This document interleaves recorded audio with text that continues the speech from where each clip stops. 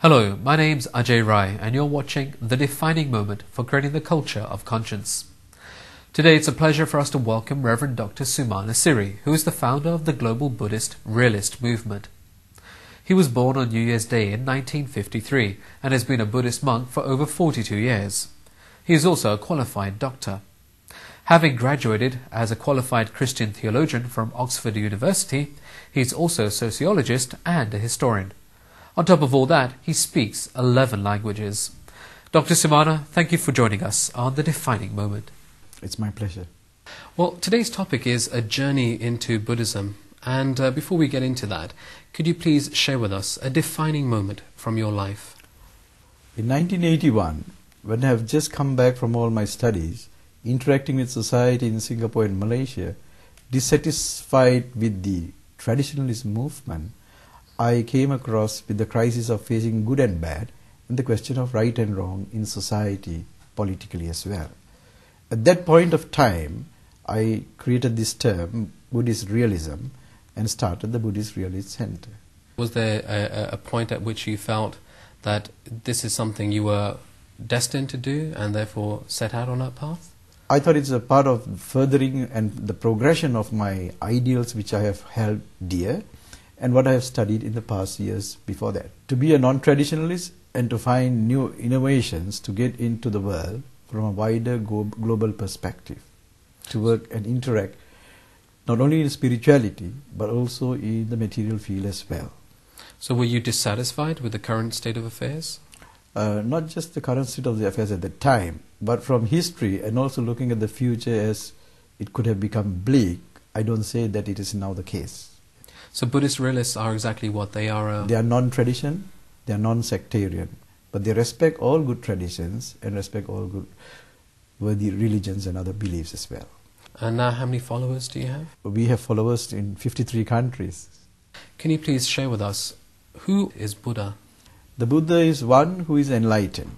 The difference in his enlightenment from others, whoever is enlightened, is that we call him a supreme enlightened being or a fully enlightened one.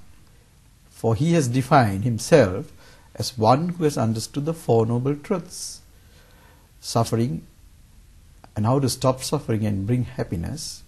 That ultimate happiness can be created here and now, not only in the ultimate sense. The way of the mode, how you can achieve that, and the cause of the suffering as well. Once you have understood these Four Noble Truths, you are a Buddha. And so where is God in Buddhism? I'm afraid to say that He is nowhere in Buddhism, because we are anthropocentric, based on the human being, and trust on the human being, based on that kind of a reality that we look into the nature of things. There's no room to trust or believe in a creator God. But we have a pantheon of many gods who are heavenly beings, not creators. But that should not be misunderstood that Buddhism is atheistic. It's a high moral religion. And we believe in 6 heavens, but that is not the ultimate of Buddhism. And heavenly beings, where do they come from? They came either from this world or some other world, but most of them have been described to have come from this world. Part of their progression of their good fruits that they have reaped because of their actions here, that they are born there. So if I was on a journey to attain that kind of enlightenment, to become a divine being, what's my search for truth? Where is the truth? Now, going to the heavens doesn't mean you gain enlightenment. You get the results of the good things you have done, and that's where you enjoy the results of it. But gaining enlightenment is going further, higher, more. And basically the question of enlightenment comes to a human being with a rational capacity and the movement and space to practice it. When you're in heaven, you don't do that. So we consider the human world as the best place to practice and to gain enlightenment. We have no records of human beings or divine beings being enlightened in heaven. It's not the substitute for the Christian or Judeo-Christian paradise as such. So it's now or never, in Yes. terms of if you really want to attain that. That's right. But going back to enlightenment, how can you know once you've reached enlightenment? What does that feel like? It's not a technical thing that I can tell you. If you taste salt, you will know that it is saltish. It is in the tasting of the pudding that you know the taste of it, not by defining. So it's a self-realization. When you're in the movement, you know that. And you mentioned it's not the be-all and the end-all. So in that sense, what is the purpose, the meaning of life? Well, the purpose of meaning of life is to achieve goodness to its ultimate sense and to live happily not only hereafter but here as well. That sounds very simple. I mean, as a... Yes, but if you do it from a moral perspective, it's of a high nature of living. We just put it in very simple terms. Yeah. But Buddhism itself is not a simple religion to understand? Well, if you practice, then you find it simple. If you don't, if you just go by definitions and try to just read into the books or scriptures or just listen, you may find it very difficult then. So it's something that has to be practiced Yes, in order certainly. to be really understood. Yeah, not idealized. That's why we are the realist movement. Now, considering that Buddhists are not typically evangelical, why is it that we see that especially a younger generation of believers are so interested in discovering Buddhism? I mean, the first point, I think, is because we are not evangelical, and that is understood. There's nothing that is pressurized on the young mind to accept Buddhism as such. The freedom movement, the liberational aspects, and also the question of human rights, the questions of reduce meat eating or not eating at all, and the freedom of given to women as well. I think this is one of the reasons that, of course, certainly if you look from the intellectual point, not trusting in a God, we think is one of the foremost which people don't put in the front. That the youngs don't have to believe in a figure as such, so they can trust themselves. And is that what attracted you to becoming a Buddhist monk 42 years ago? That I kept it so, yes. Dr. Sumana, in light of the concept of reincarnation, Yes. how do you understand spiritual beings? Spiritual beings are reincarnated beings, and not only they, so are we. You may understand reincarnation in different form, but from us, it is rebirthing, being born here and now, and there and later. So rebirth takes place not only after you die, but every moment you are reborn. Your physical being, your spiritual entity within you works in that form to make you realize that situation. It's not just a matter of a concept that you die and you are born again, but logically as we are born, so do we die, and because we die, so we'll be born. If you go by simple logic, you may understand that. We would prefer to use the term rebirth rather than reincarnation. And that's a continual process? It's a process that could be stopped. The ultimate happiness comes when birth or being born is stopped totally, because being born causes suffering. So life in itself is just meant to be one of going through suffering? No, you stop suffering and you be happy. Happiness is not just for the life hereafter, here and now as well. For this reason, you experience, because it's an empirical thing, you experience that happiness and live as a happy being. As long as you want to be happy, not only in this life, even in the many lives to come. You may not achieve ultimate happiness and be enlightened in a few lives. If I was going to entertain that concept of being reborn, Yes. and thinking that based on my deeds I could either come back as a better or a lesser That's right. human being, or even as a lesser form, as an animal, that's essentially the concept. If I was to entertain that thought, how do I understand then my role now, and also how do I interpret, for example, things like ghosts? Where have they come from if everyone's being reborn? Well, ghosts are human beings also who died at one point of time. Ghosts or spirits, whatever they are, whatever term you use to call them. They are human beings who were one time here or there. But they never quite made it to the transition of becoming another... Probably they couldn't make it at that time, or probably they're waiting for time. When it's proper, they get back to the stage. or they go elsewhere. Who knows? No, it seems like that's a very subtle kind of understanding of heaven and hell. Yes. Based on, obviously, bad deeds, you go to hell. That's right. And good deeds, you go to heaven.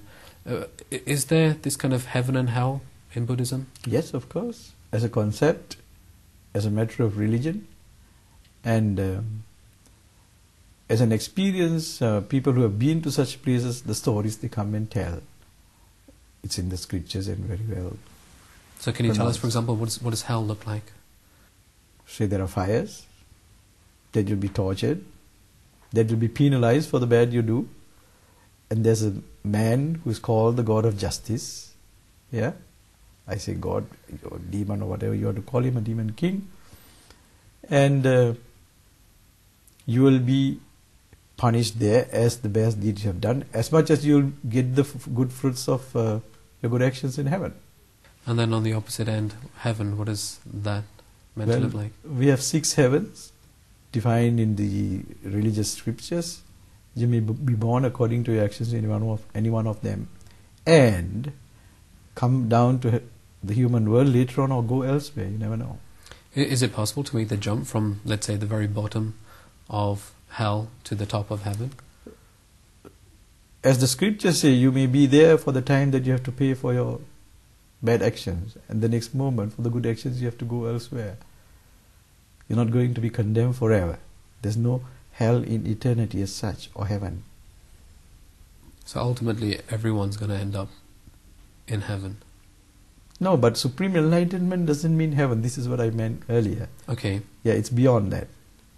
But again, that's the destination for everyone, ultimately. Ultimately, Nibbana. Nirvana. Yes, supreme enlightenment. So what are the main values that a Buddhist upholds? You see, this question comes because you look from a different angle. For us, all values are equally good. There are no main values, and then there are no lesser values as such. A value is given to all good things in life, in existence, and we value all that equally as good. So, but if you go by the normal definition of things, of how people look at main values, which people look for and they demand to us to reply, then you may think, okay, the value of life, that life is of a great value, even if we don't believe that it is sacred as such, sacrosanct from a Judeo-Christian perspective. It has a great value, so respect that value. Respect the property of others so that you don't steal. Respect the body of others so that you don't commit sexual misconduct. And respect the speech of truth so that you don't tell lies. And respect yourself, your body, your spirit and society so that you don't touch liquor. These are very fundamental basic values you find in other religions also. But practically, Buddhists take these 5 as their basic precepts. But that doesn't mean the other values are not important. But as you said, there's a very clear similarity between that set of values and values, or fundamental values, that you would find in other religions. Yes, because what we are interested is not to make another religion to distinguish from the others, but to see what is of value to human beings wherever they are. Because Buddhism is a psychological humanism. I said psychological humanism because it's not just a humanistic form of materialism. So whatever is good for the human being, for the person, that is what its concern is about. So that's why you find it universal in that sense to other religions as well, the values. Now you mentioned sexual conduct. Sexual misconduct. Misconduct. Yes. Why is it that Buddhist monks are encouraged to live a celibate lifestyle?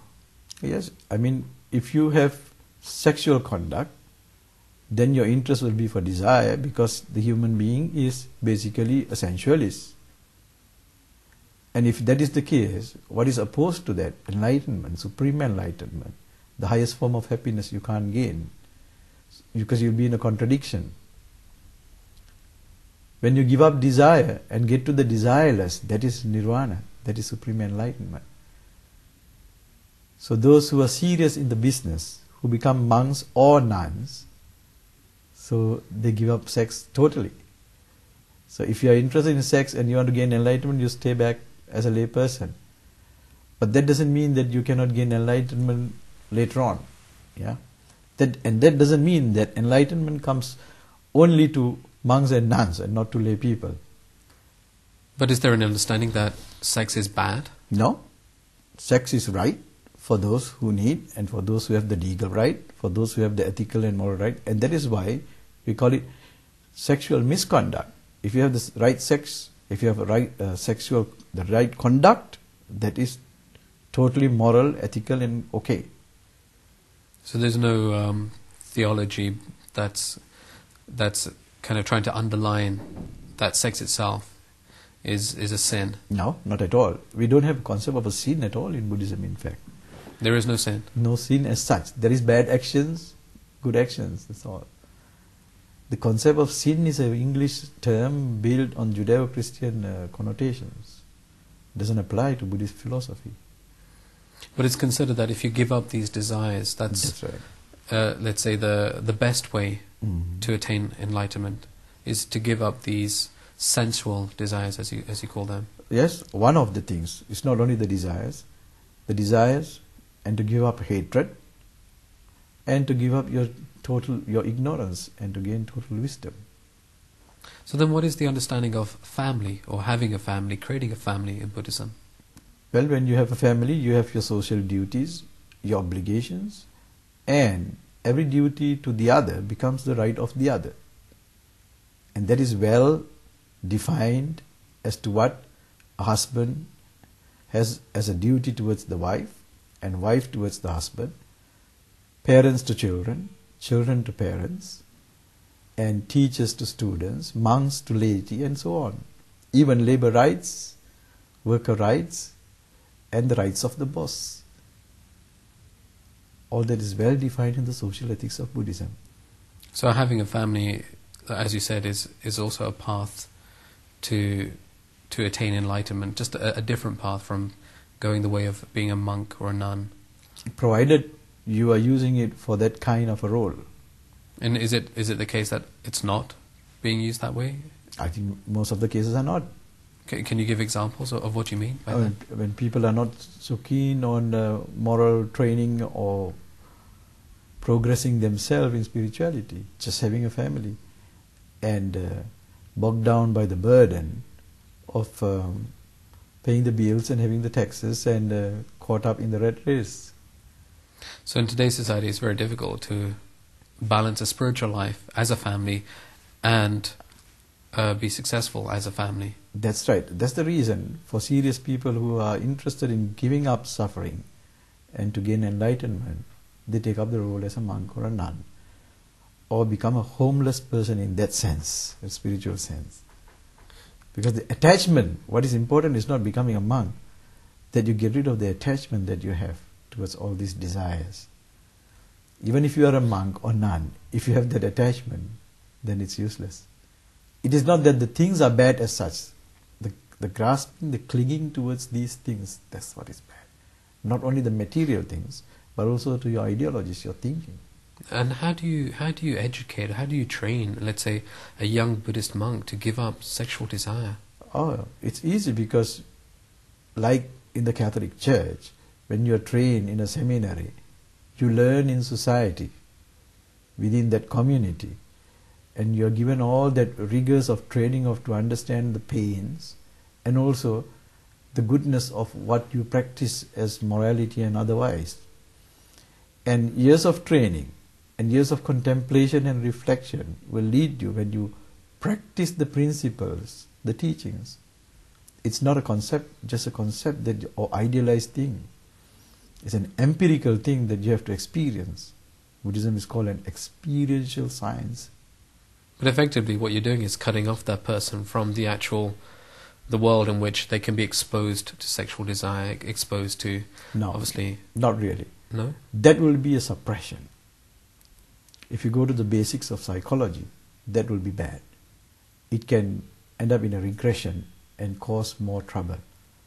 Buddhism begins with right understanding, the Noble Eightfold Path. And what you do is to understand the right position of what it is. why is this desire, where it leads me, how do I understand it fully. It is not the cutting of it, but is to realize the thing in its totality. And when you have that proper understanding, comprehension, you find there's something of a higher value. We were talking about values earlier. And desire is not given as a valueless thing. It has a value. That has also been defined, but of a lower scale. When you have gold, you don't go for silver. Was it something, if I may ask, that you yourself found easy, as you said, to accomplish? Yes, because the desire to realize, to understand, to gain what you think in your life, to become enlightened, that is the driving force that pushes towards you. And whenever you have a crisis, I'm not referring just to myself, you find, of course, you have a higher purpose in life. And why waste for a lower purpose and get back to the track again? Yes. So how would you give advice, or what advice actually would you give to a young person That's right. in today's society who's struggling with their desires? To look into the desires very clearly, not to fight with them, and with that reflection, to understand the desires in its entirety. Just the knowing of it will help the person to reduce if he can't totally get rid of it. Can we look at Buddhism itself? And there are many forms of Buddhism, as I understand, even the basics, the Zen Buddhists, the Tibetan Buddhists, and of course groups like yourself, the Buddhist Realists. Why are there all these many different branches? I think it's a very simple question which you're asking. You should apply that same question to any other religion, which have all those different schools of thought. For us, there's no antagonism as such. It's interpretation which comes through history and of course the human psychology, which we consider a development in the annals of history. That people who had different views, monks and nuns, great thinkers, they could live under the same roof, sit down and eat together, and go back and sleep and read and write in their own way. That was the tolerance within. But do all the different sects of Buddhism, do they follow Buddha as his Prince Siddhartha, who became the Buddha? Yeah, if not, you can't call them Buddhists. So how would you distinguish the main groups within Buddhism, for example, Zen Buddhism, Tibetan Buddhism? What is it that's actually the distinction between them? The mainstream of Buddhism would be Theravada Buddhism and Mahayana Buddhism. And Tibetan Buddhism and Zen Buddhism are just different strands of Mahayana Buddhism. Mahayana Buddhism begins in India, which is much more stronger in concept, and Tibetan Buddhism and Zen Buddhism are later extensions of it. So we go by the concept rather than the culture of expansion. We refer always back to the basics, to the original text, to define things, rather than going to the mechanics of history to interpret what was there before them. So would it be right to say that Buddhism is evolving, and it's actually a good thing that it's evolving because it's meant to evolve? Yes, like any other kind of form of thinking, which is in practice, it has to evolve. Buddhism is evolving, if you see from that sense, and we don't find any problem with that. I think that would be the contrast to other religions, because there is definitely a problem when other religions evolve and a new way of thinking, a new form of that religion comes along. Of course, we see conflict. There's a rejection and a complete dismissal. And so for me that's very interesting that Buddhism accepts the development, accepts the fact that there is this evolution. It's very easy for us because in the Buddhist realist form, the first principle is transformation. If everything changes, no ideas should be kept or no thinking should be kept as a deadlock. You refer to the future and accept the present moment and live here and now, not live in the past. But when you have a problem, a crisis, you refer back to the scriptures to find to what extent you are compatible, rather than just making definitions and schools of thought. Now, Buddhist realism is not a new school of thought. No, it's just referring back to the ancient original scriptures. And based on that, we do the practices, whatever innovations we make. And can you tell us about those practices, like prayer, meditation? Whatever in the Buddhist system, that it has to be compatible within that law which is given to us and the scriptural doctrines. It's not like just a simple prayer or a concept as such. Yeah, the entire living of it. Yes. And finally, Dr. Sumana, can you tell us what is it that other religions can learn from Buddhism? It is not much for me to say, but what the others say is that Buddhism is a very tolerant religion. And in this time when we have problems from fundamentalism as such, I use this term in a very loose sense, of course, and that religious extremism have risen their heads and caused a big problem globally. There's a lot for each and every one of us to learn. Well, thank you very much, Dr. Sumana, for joining us today. It's my pleasure. Well, you've been watching The Defining Moment for Creating the Culture of Conscience. If you'd like to find out more, you can look us up on the web at www.definingmoment.eu. Thank you for watching, and we wish you all the best.